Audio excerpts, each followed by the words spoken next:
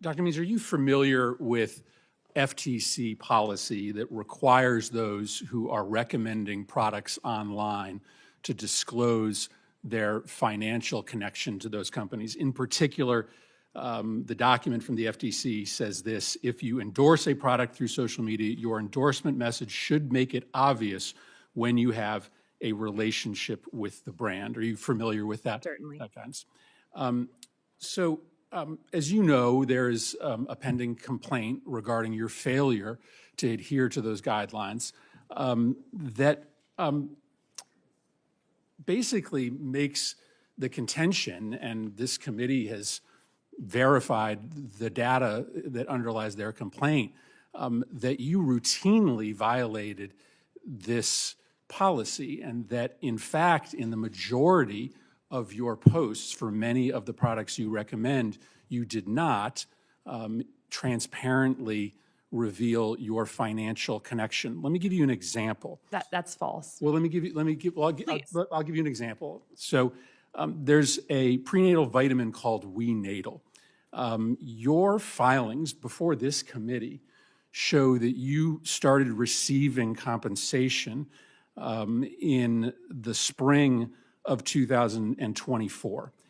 And yet in September of 2024, you posted a video saying that you had no financial relationship to the company, just a big fan. And then in October, you said, not sponsored, just love these.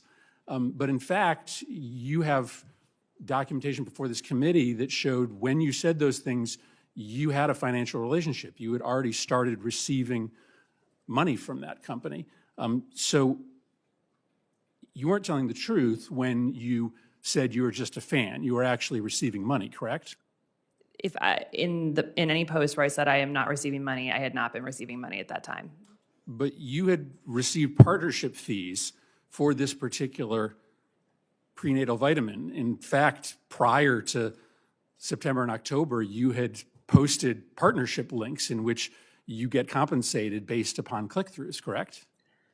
I'm happy to look at whatever documentation you're talking about, but I do not, it's incorrect and it's a false representation. And just to be very clear, I've spent the last several months working with the Office of Government Ethics to be fully compliant with this process. I take it very seriously. Before, during, and after, if I am in office, I will be in full compliance with the Office of Government Ethics. I think, as I've talked about, conflicts of interest are incredibly important to rectify if we're in public service, and I am fully committed to continuing to work with them. So let me give you some other examples.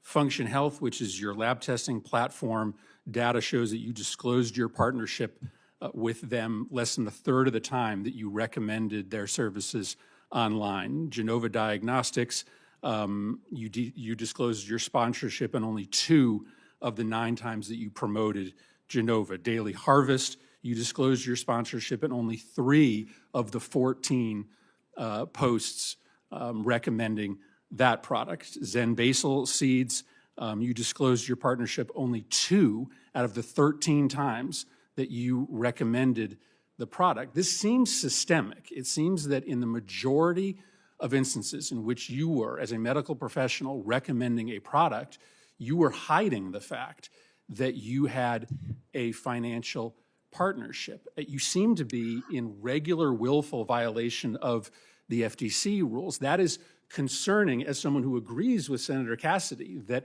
our focus has to be on restoring trust in the medical profession. And yet over and over again, you seem to be at scale recommending products without telling your followers. And you have 200,000 newsletter subscribers. You have almost 1 million Instagram followers. And in only 3 out of 14 times on Daily Harvest, when you were promoting Daily Harvest, you disclosed that you're getting paid by them? It sounds like you have a lot to say about this issue, and I would be very interested to see how your staff looked at this data. I have a strong feeling that the way in which they gather this data is done intentionally to create these claims that you're making. Well, I have the backup here. I mean, will you acknowledge that in many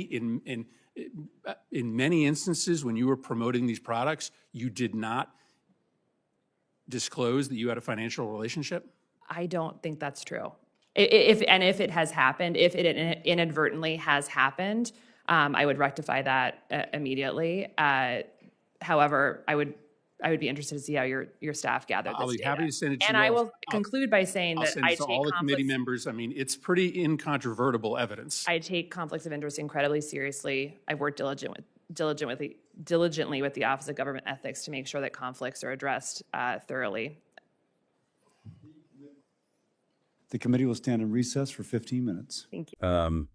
Picture sitting right in the middle of a really tense congressional confirmation room. Oh, yeah, where the air is just thick. Exactly. The clock is ticking down to a scheduled 15-minute recess.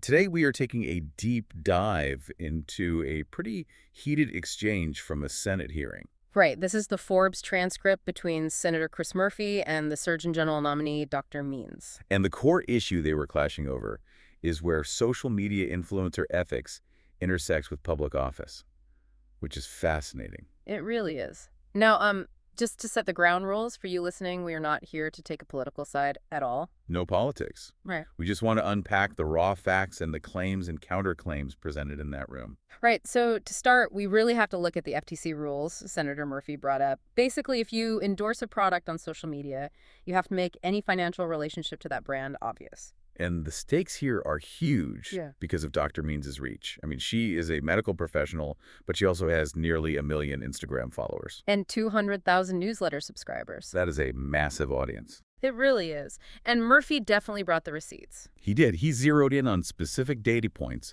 starting with a prenatal vitamin called WeNatal.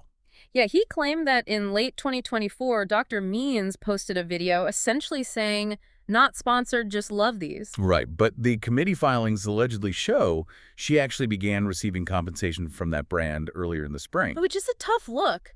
And Murphy did not stop there. He brought a whole tally of statistics to the floor. It was rapid fire. He noted she disclosed a Function Health partnership less than 1/3 of the time. For Genova Diagnostics, he pointed out disclosures on only 2 of 9 posts. Daily Harvest was 3 of 14. And Zen Basil Seas was 2 out of 13 times. So you can see why this is a nightmare for traditional ethics committees. We are applying old-school disclosure rules to someone posting constantly. But Dr. Means pushed back hard on this. She bluntly called his representation false and incorrect. She was very clear. She stated that for any post where she claimed she wasn't receiving money, she was not receiving money at that exact time. Right, she really anchored on that timeline constraint. But Murphy argued she had gotten fees before and was still using affiliate links. Which led Dr. Means to question the actual methodology of Murphy's staff. Yeah, she implied the data might have been intentionally framed to create these claims. Though she did offer to immediately rectify any instances where a disclosure was maybe missed inadvertently. Exactly. And her overarching defense was her commitment to ethics. She emphasized she worked diligently with the Office of Government Ethics over the last several months to ensure compliance. She said she takes conflicts of interest incredibly seriously. So bringing this back to you listening, why does all this matter? Well, it highlights this massive modern tension. We all want to restore trust in the medical profession. But that gets incredibly complicated when doctors are also operating as massive online influencers. With incredibly complex revenue streams. The lines between medical advice and corporate sponsorships are just blurrier than ever. Which leaves us with a final lingering question for you to ponder. As more government officials are recruited from the ranks of highly successful digital influencers, how will traditional government vetting processes need to evolve? Especially if they want to constantly audit the fast-moving, ever-deleting world of social media monetization. Exactly. Something to keep in mind the next time you scroll your feed.